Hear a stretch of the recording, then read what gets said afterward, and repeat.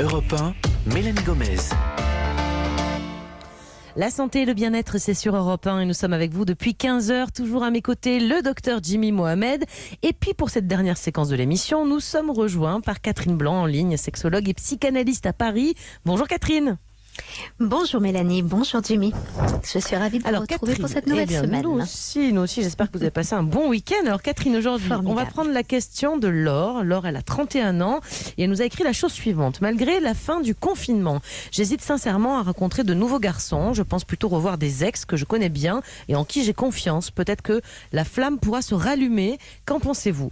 Catherine, comment on peut expliquer cette peur de rencontrer un inconnu finalement qui va, je pense, toucher quand même pas mal de personnes, c'est possible? Alors oui, absolument, parce qu'en fait le confinement et la phobie du virus révèle des choses qui sont enfouies en nous et pour certains d'entre nous plus fortement cette peur de la contamination que représente l'autre. C'est quelque chose qui d'abord participe de la construction psychique de tout individu. D'ailleurs, c'est ce qui fait que quand nous sommes petits enfants, nous trions le vert du rouge, du blanc, tout ce qui est une couleur d'ailleurs un petit peu louche, toute couleur devient louche. D'ailleurs, il y a bien que le blanc qui est assez supportable.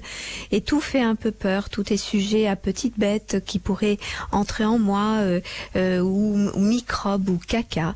Et ça fait partie donc de notre construction de petit enfant. Et ça va se reporter sur des sujets qui sont des sujets à nouveau de notre construction, qui sont d'abord les sujets alimentaires, puis après les sujets autour de l'analité, et après les sujets sexuels, puisque il y a aussi de l'autre qui me transforme, puisque le propre de la sexualité, se faisant fécondante, est une transformation de l'un en direction de l'autre, et réciproquement d'ailleurs, quand bien même l'autre n'est pas enceinte, il y a aussi l'idée d'être transformé dans sa vie, de passer d'un statut à un autre, alors bien sûr avec le désir inconscient plutôt positif, mais avec la structure inconsciente qui elle souffre.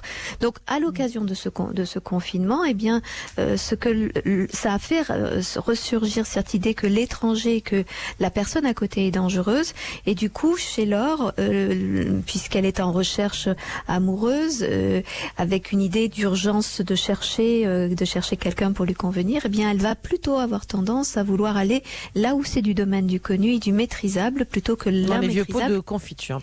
Alors, docteur Jimmy Mohamed. Oui, moi je suis pas tellement d'accord avec l'histoire de pot de confiture. Moi je considère que le passé s'embellit de l'ennui du présent. C'est un proverbe que j'aime bien. Et ça veut dire que peut-être cette peur de l'inconnu, est-ce qu'il faut faire avec? Est-ce que malgré tout il faut repiocher dans le passé? Est-ce que c'est vraiment une bonne idée de se tourner vers ses ex? En fait, c'est ni une bonne ni une mauvaise, parce que je pense que nous passons à côté de gens formidables et nous passons notre chemin avant même d'avoir élaboré tout ce que l'on pourrait créer avec eux.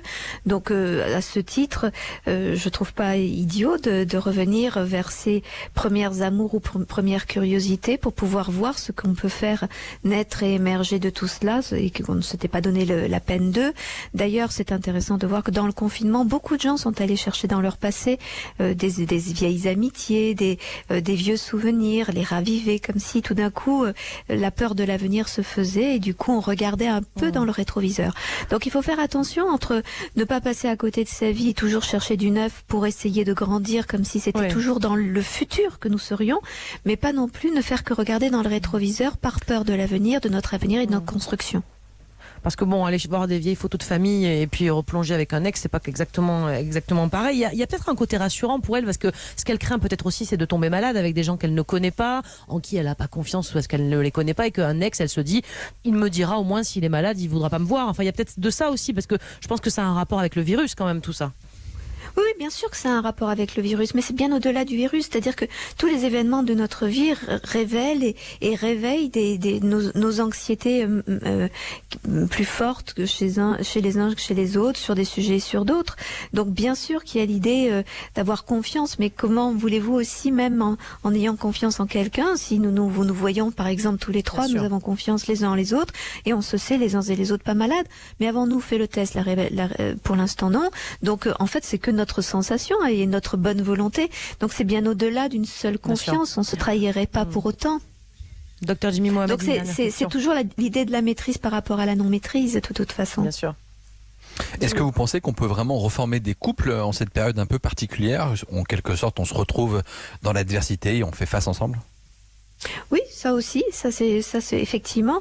Je pense que dans les moments de difficulté, il est heureux de voir qu'autour de nous avions déjà des réponses, nous avions déjà des solidités, nous avions déjà des gens sur qui compter, dont nous connaissons aussi les travers, mais dont nous connaissons les forces et les sécurités et la bienveillance qu'ils peuvent nous apporter et la complémentarité avec nous. Alors qu'un étranger, tout est à construire, à découvrir et bien sûr potentiellement désenchanter. Merci beaucoup Catherine, merci Jimmy, merci Serge derrière les manettes, merci Benjamin. On se retrouve bien sûr demain.